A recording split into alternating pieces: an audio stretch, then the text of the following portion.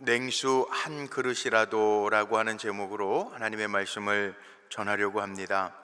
오늘 예배에 참여하신 모든 분들에게 냉수 한 그릇이라도, 사실 오늘 제가 여러분 많이 읽은 말씀이지만 냉수 한 그릇이라도라고 하는 의미를 담을 때에는 상을 받기 위해서, 물론 그런 것도 있지만 우리의 삶 속에 다가오는 고난을 이기는 방법이 오늘 이 본문 속에서 우리가 한번 좀 느끼면서 찾아보려고 합니다.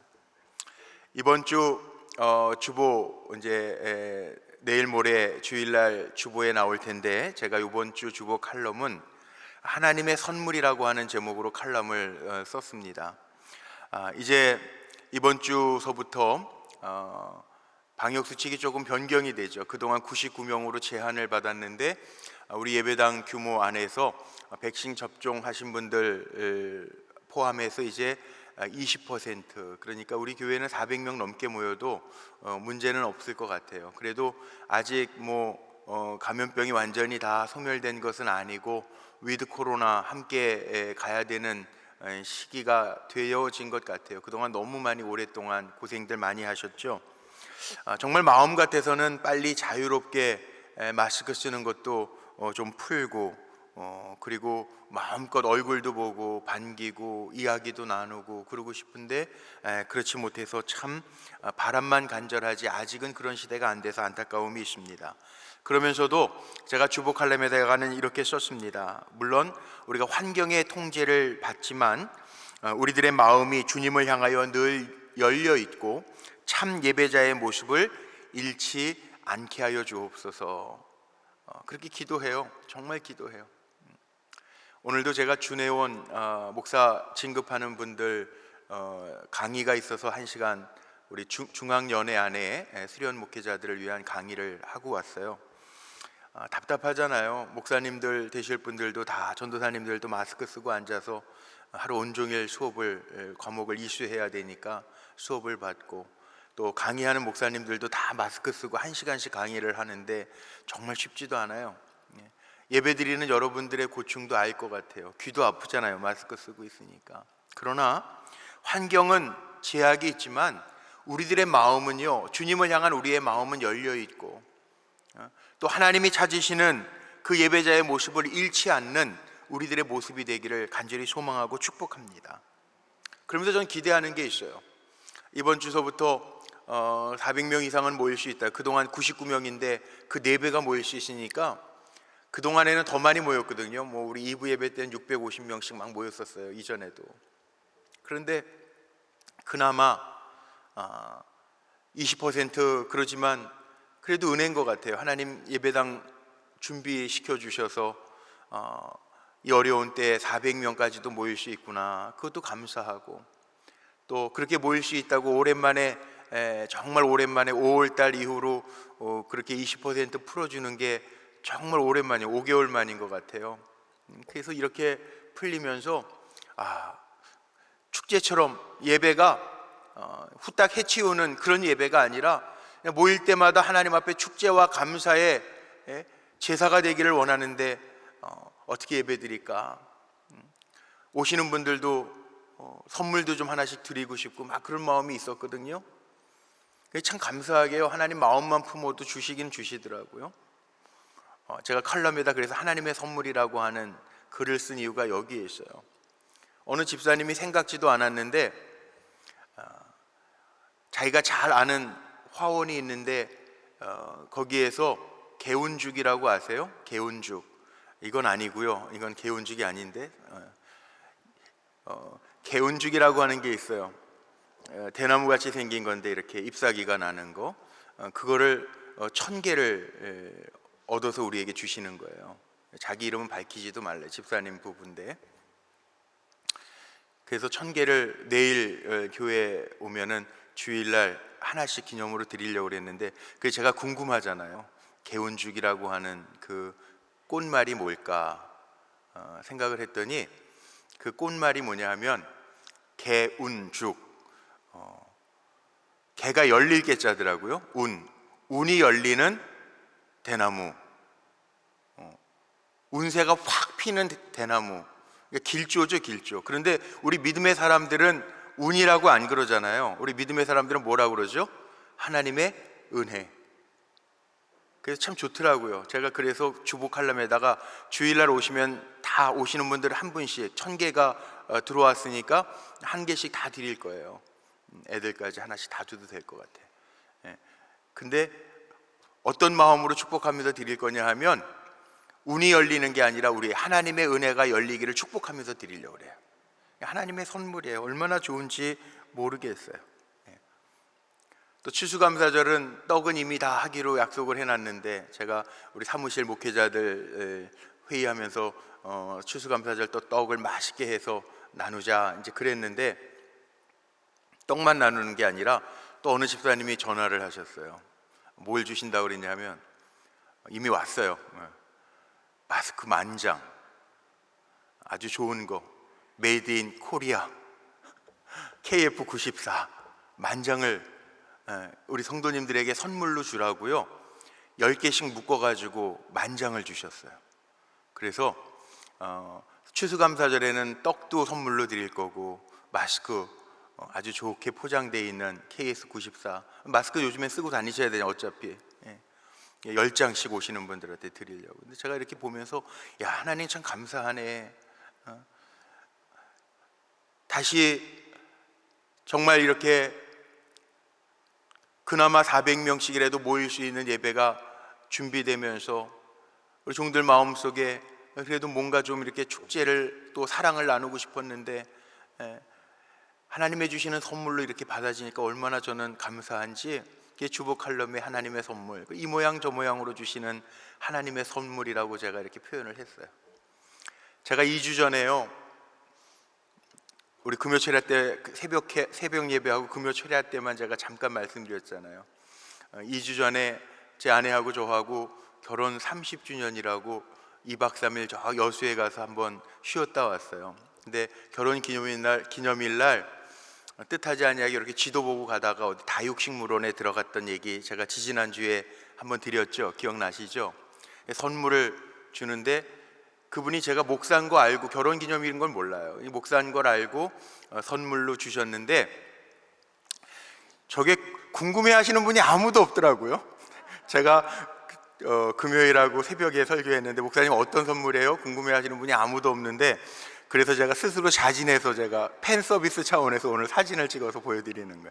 저걸 받은 거예요. 저 투명 유리 화병에다가 저게 그 다육식물인데요, 이름은 전 잘 모르겠어요. 제가 이름 붙인 게 하나님의 선물이에요. 그래서 제가 물도 제가 주고 칙칙이도 제가 뿌려주고.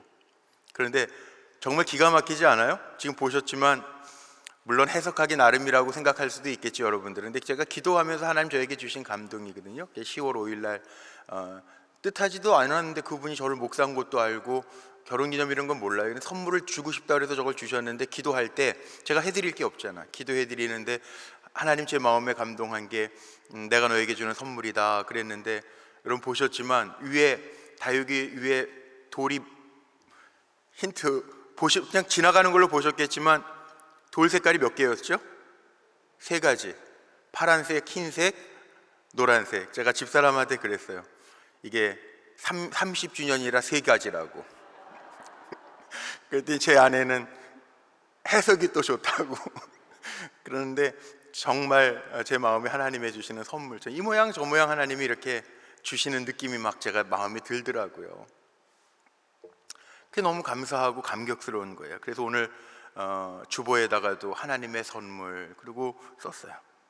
저는 하나님의 사랑이 느껴지니까 그 마음으로 오늘도 설교 준비하면서 우리 사랑하는 성도님들에게도 살아가면서 힘들 때도 있잖아요. 지쳐 있을 때도 있잖아요. 격려받고 싶을 때도 있잖아요. 하나님의 주시는 선물들이 우리 성도님들에게 가득가득 채워질 수 있게 되기를 축복합니다.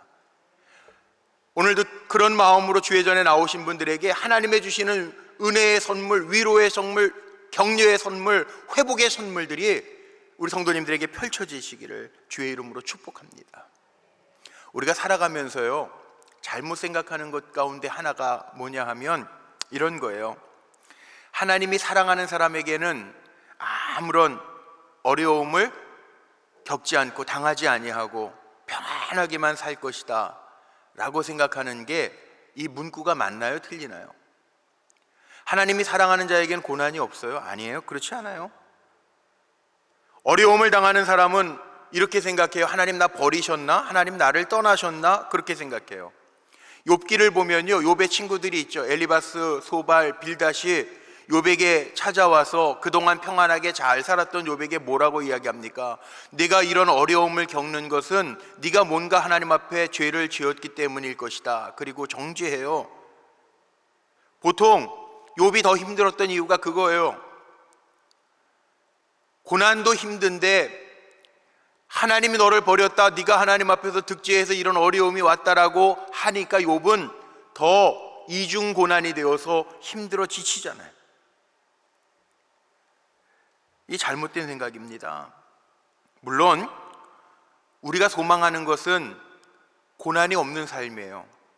누구나 다 소망해요. 저도 그렇게 성도님들 축복해요. 고난이 없었으면 좋겠어요.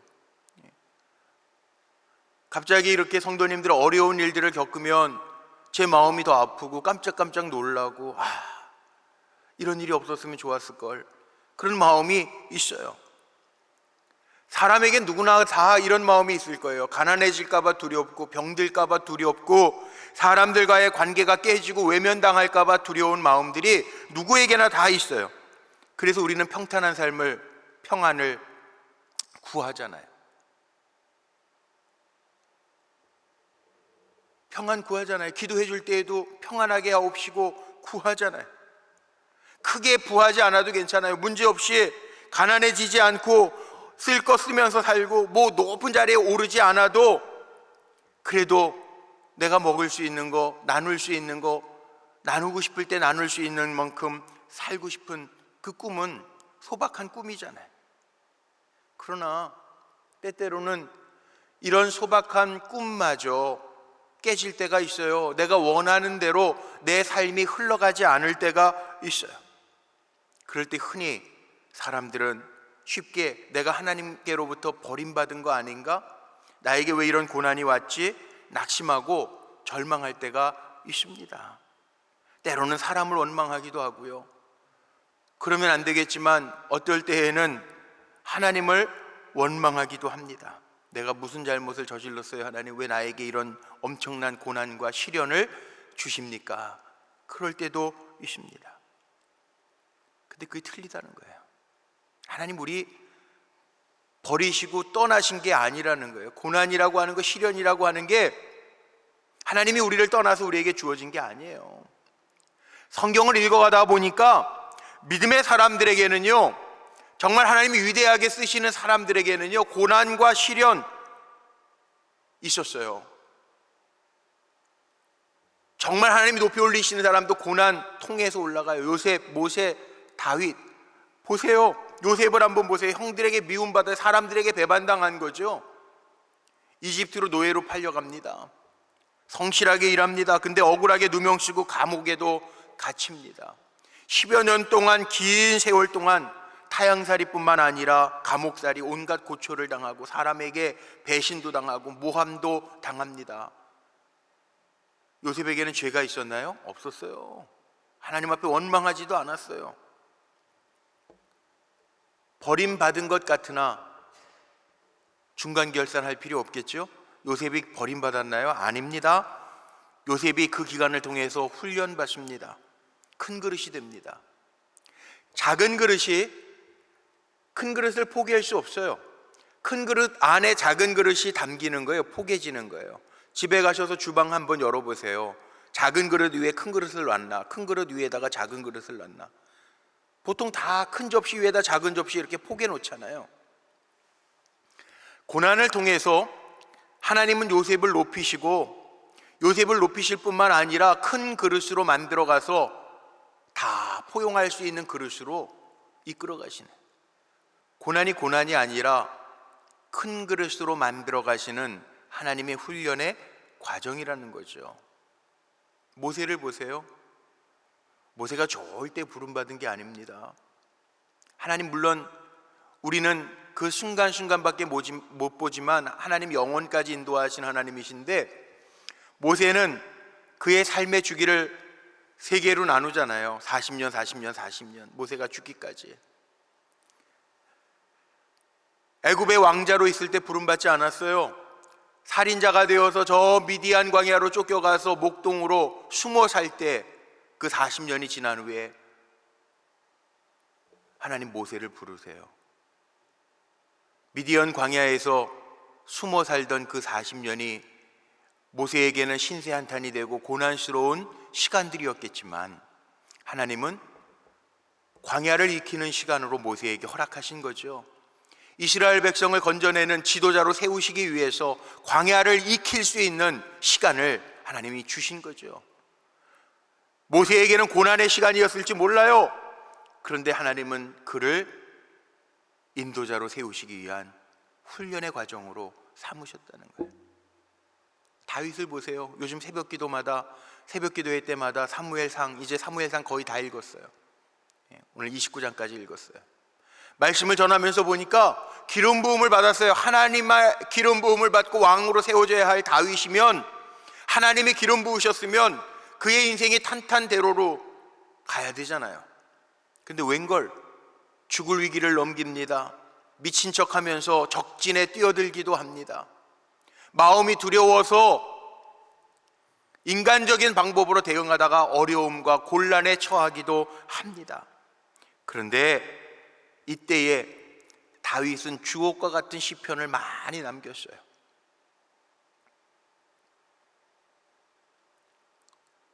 하나님이 나의 피난처십니다. 하나님 나의 요새십니다. 하나님 나의 목자십니다. 하나님 나의 피할 바위가 되십니다. 어려움을 통해서요, 하나님과 더 깊은 교제를 통해서 다윗도 왕으로서 익어가는 시간이 되었다는 거예요. 무슨 얘기예요? 성경에 고난 없는 사람이 없었어요. 아무리 위대한 인물들도. 예수님도 십자가 지셨는데.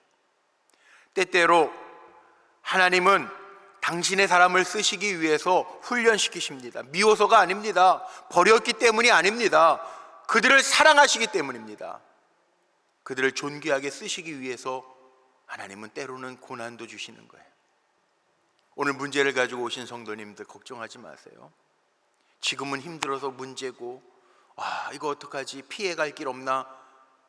걱정하지 마세요.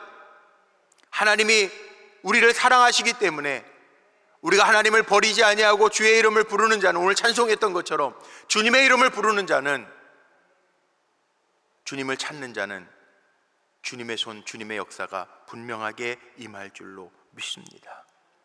성경에 쓰여 있어요. 오늘 최 목사님이 찬양 인도하면서 그런 고백했잖아요.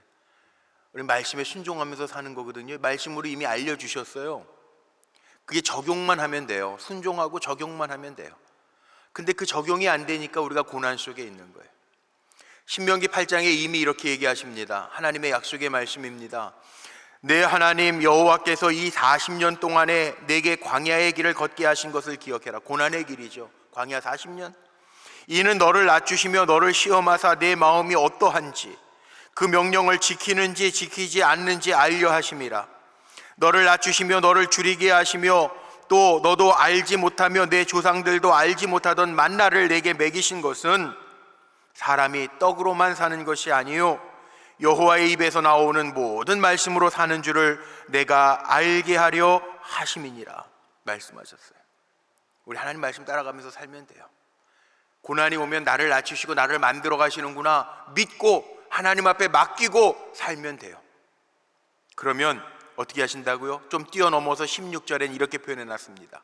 내 조상들도 알지 못하던 만나를 광야에서 내게 먹이셨나니 이는 다 너를 낮추시며 너를 시험하사 마침내 내게 복을 주려 하심이니라. 마침내. 고난이요 우리 눈에는 크게 보이지만 마침내 그 고난을 통해서 하나님의 사랑하는 자에게는 복을 주려 하심이니라.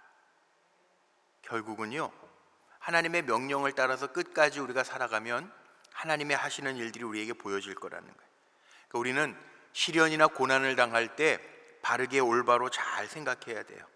물론 시련이라고 하는 것을 우리가 다 풀기는 어려워요. 아닌 게 아니라 잘못해서 하나님이 벌 주실 때도 있어요. 깨닫게 하시려고.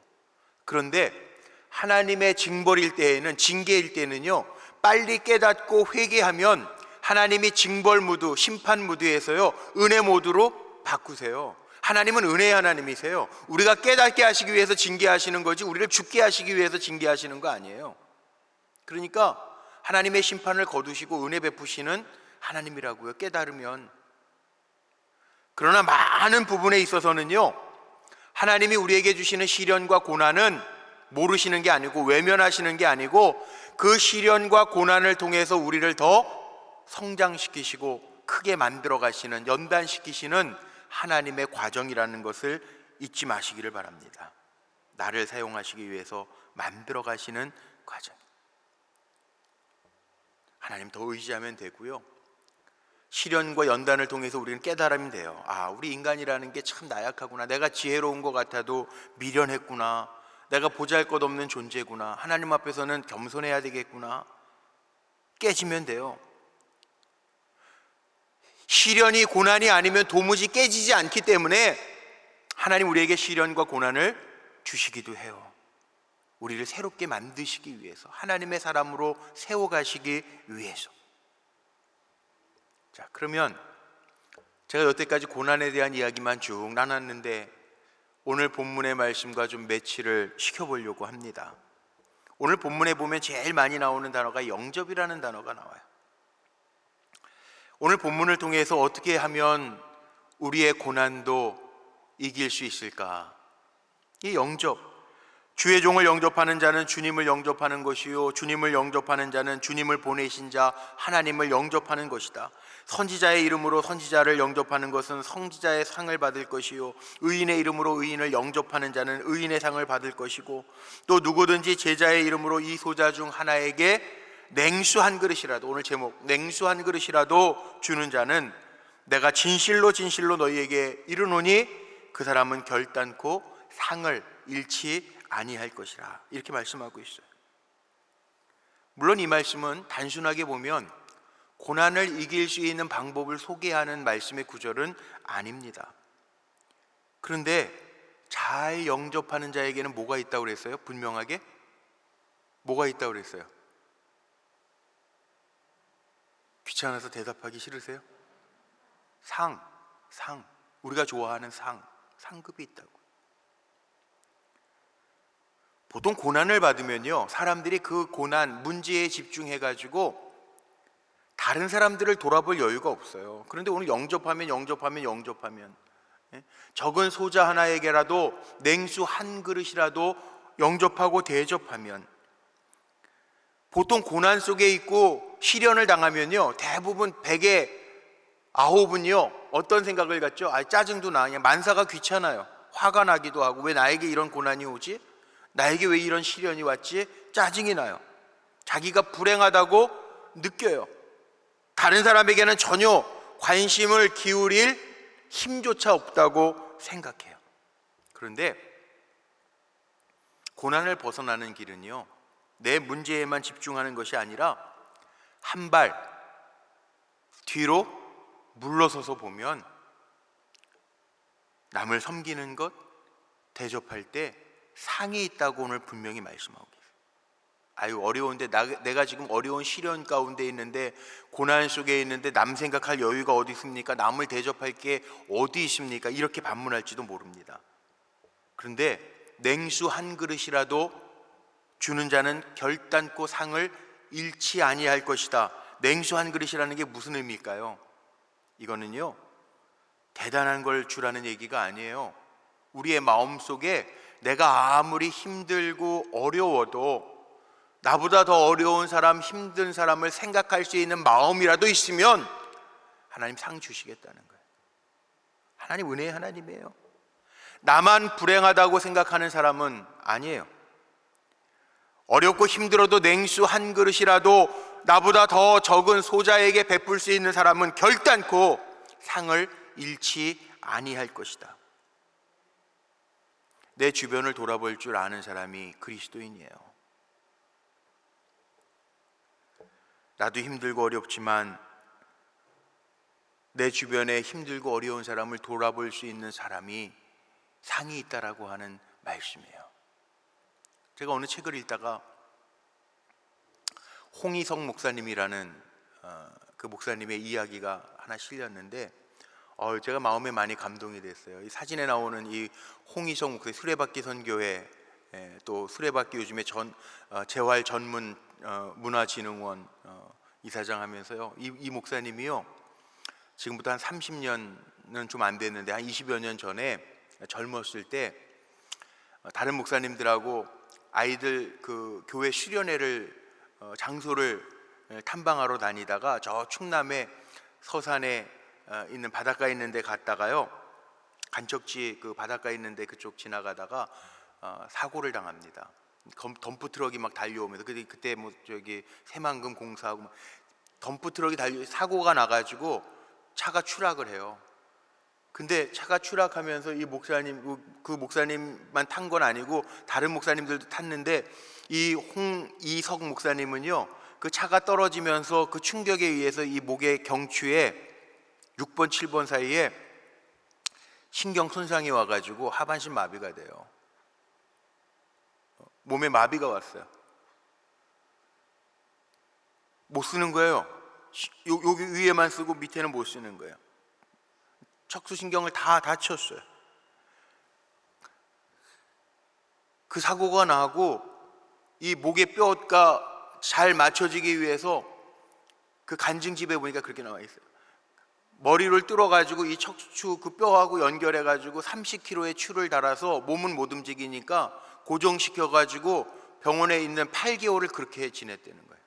이게 적은 시간이 아니에요. 8개월이라는 시간이 누워서만 대소변 다 받아내고 얼마나 고통스럽겠어요. 거기에다가 병원 의사들은 평생 이렇게 누워서 살아야 되는데 그나마 불편하지 않으려면 목에 뼈라도 맞아야 되니까 추를 달고 그렇게 지내면서 추 빼내기 전까지는 그렇게 살아야 돼. 그리고 평생 그렇게 불구로 살아야, 하반신 마비로 살아야 된다라고 생각해. 기가 막히죠. 근데 이 홍희석 목사님이라는 분이 자신의 고난에만 매달리지 아니하고 병원에 있는 동안에 이렇게 옆을 보니까 목사는 목사인 것 같아. 옆에 있는 사람들도 다 그 척수 뼈 정형외과니까 옆 침대 복도 다니는 사람들이 다 척수 장애인들이에요. 어떤 마음이 들었냐 하면 목사니까 그들을 위로하고 같이 재활 훈련을 잘 해야 되겠구나라고 하는 마음 속에 자기 고통도 고통인데 다른 사람과 함께 이겨내자고 격려하고 목사니까 위로하고 그렇게 재활 치료를 하면서요, 손가락까지 움직이게, 볼펜 쥐기 힘들었던 손가락까지 움직이게 되는 기적을 체험하고 시간이 지나면서 회복돼 가지고 의사들은 평생 누워 있을 거라고 그랬는데 장애인 운전 면허까지 취득하고 회복되면서 사고 보상금으로 보험회사에서 나온 보상금을 다 바쳐서 수레바퀴 선교회라고 하는 그 척수장애자들을 위한 선교회를 조직해 가지고요, 그들 재활문화센터를 만들어서 컴퓨터 교육도 하게 하고 합창단도 만들고, 이 밑으로 못 쓰니까 입에 붓을 물고 그릴 수 있는 화실도 만들고 휠체어 농구단도 만들어 가지고 희망을 주는, 그리고 목사니까 매주일 병원 찾아다니면서 자기도 휠체어 타고 다니지만 예배드리고 상담하는 일을 했다는 거예요. 지금도 아까 사진 보신 것처럼 이제 나이가 많이 들었어요. 지금도 척수 장애인 문화예술제, 그 다음에 여름과 겨울에는 그 척추장애인 문화진흥단 이사장을 하면서 수련회를 해서 그들에게 용기를 주고 고난 속에서도 우리를 향하신 하나님의 섭리가 있음을 전하고 있대요. 자기는 장애를 입었지만 그 불행에만 매달리지 아니하고 다른 장애인들의 눈을 돌리고 그 어려움과 함께하면서 자신의 불행도 극복하게 되었다라고 하는 간증을 읽으면서 도전이 되더라고요. 눈이 열리니까 시련이 고난으로만 끝나는 게 아니더라는 거죠. 제가 잘 아는 병원 원목하는 목사님이 쓴 책 가운데 아직도 그래도 남아있는 게 너무 많아요 라고 하는 책이 있습니다. 이 병원 원목하면서요, 병원에 있는 어려운 사람들의 이야기를 담아놓은 책이에요. 거기에 그런 얘기들이 있죠. 초등학교 6학년이 너무 가난한 집에, 엄마는 도망가고 아빠가 환경미화원 일하다가 사고를 만나가지고 움직일 수가 없어요. 그런데 원목 목사님이 보니까 이 초등학교 6학년 아이가 너무 지극정성으로 아빠를 돌보는 거예요. 너무너무 아이가 참 예뻐 보여서 그 목사님이 아이를 데리고요, 초등학교 6학년이면은 애들 뭐 뻔하잖아요, 여러분. 아이들인데요, 먹고 싶은 게 얼마나 많고 놀고 싶은 게 얼마나 많겠어요. 근데 아빠를 그렇게 지극정성으로 간호하는 모습이 너무 예뻐가지고 그 병원 원목 목사님이 데리고 가가지고 큰 마트 슈퍼에 가가지고, 야, 네가 먹고 싶은 거 다 사. 오늘 목사님 사줄게. 너 먹고 싶은 거 있지? 애들이 먹고 싶어 하던 거 있지? 너 다 사. 목사님 사줄게. 그리고 카트를 밀고 같이 가는데요, 애가 고르는데 통조림, 뭐 반찬, 애들이 고르는 걸 고르는 게 아니더라는 거예요. 너 왜 이렇게 고르니? 그랬더니요, 아빠 끼니 생각하는 거야. 아빠 끼니. 이거 아빠가 좋아하는 깻잎 통조림이에요.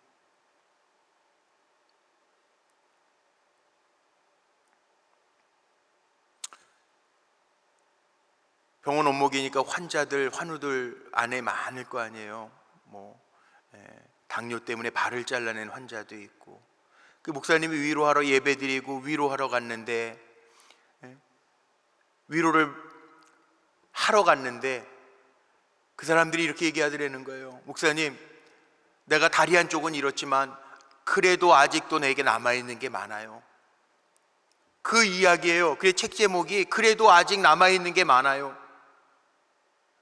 우리는요, 남아있는 거 생각하지 아니하고 잃은 거 보면서 고난이라고 얘기하고 시련이라고 얘기하잖아요. 아니라는 거예요. 우리가 줄 수 있는 게 있다면 오늘 분명히 말씀하고 있어요. 어렵고 힘들어도 냉수 한 그릇 줄 수 있는 게 있다면 냉수 한 그릇이라도 들고 가라는, 외로운 질병으로 고통당하는 사람이 있으면 뭐 줄 게 없으면 가서 말동무라도 해주라는 거예요. 이 성경적인 의미가요. 눈물 흘리는 사람이 있다면 크리넥스 한 장이라도 들고 가서 그 눈물을 닦아주는데 쓰임 받으라고 하는 이야기예요. 전 이런 생각을 해봅니다. 우리 교회 두 번째 비전을 정하고 지금 나가는 게 있잖아요. 하나님과 세상의 다리가 된다. 세상의 다리가 된다는 얘기가 뭡니까? 하나님과 세상의 사람들을 이어줄 수 있는 역할을 우리가 감당해야 된다는 거 아니에요? 내 고난에 지쳐 매여 있고 빠져 있는 사람들이 아니라, 전 오늘 말씀을 마치면서 우리 성도님들을 그렇게 축복하고 싶어요. 나에게도 힘든 게 있고 고난이 있고 문제가 있을지 모르지만 내 문제에 몰입되어 있는 사람이 아니라 하나님이 기뻐하시는 일, 하나님이 하시고자 하는 일, 그거를 볼 수 있는 눈이 열려서, 사명이 뭐예요? 사명이? 제가 이번 주일에 설교할 게 그리스도인과 사명이거든요. 사명이 뭘까요? 저는 사명은 하나님의 일이라고 생각해요. 하나님이 기뻐하시는 일을 하는 거, 그게 사명이잖아요. 사명 감당한다고 그러잖아요. 내가 문제가 있고 어려운 시련 속에 놓여 있다 한다 할지라도 하나님의 일을 하려고 하면 우리 금년도 표어처럼 권능의 빛을 우리에게 주님은 비추어 주실 줄로 믿습니다.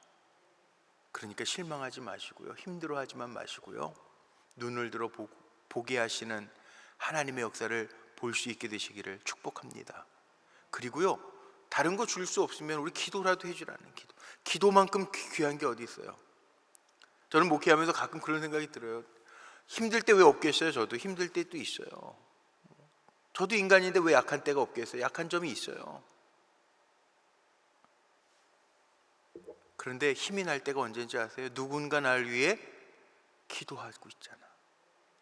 그게 위로가 되더라고요. 그래요. 누군가 딴 사람을 위해서 기도해 줄 수 있는 거, 누군가가 나를 위해서 지금도 기도하고 있다는 거, 이게 얼마나 큰 은혜입니까? 염려하지 마시고, 시험과 고난 속에서 왜 나만 당하는 고난이냐고 원망하지 마시고요. 하나님이 나에게 복 주시려고 나를 만들어가고 계시구나 고백하면 그게 다 맞진 않겠지만 90%는 맞아요. 물론 우리 죄 때문에 당하는 징계도 성경에는 있다고 분명히 말씀하고 있더라고요. 애매히 당하는 고난도 있고요, 내가 지은 죄 때문에 당하는 고난도 있어요. 그러나 대부분의 많은, 우리가 정말 하나님의 품 안에 있는데도 당하는 어려움과 고난이라면 하나님이 나를 만들어 가시는데 쓰시고자 하여 주시는 고난도 있다는 거예요. 염려하지 말고 오늘도 기도하며 또 누군가를 위하여 섬기고 기도하면서 하나님의 주시는 평안의 복을 누리는 저와 여러분 모두가 되시기를 주님의 이름으로 축복합니다.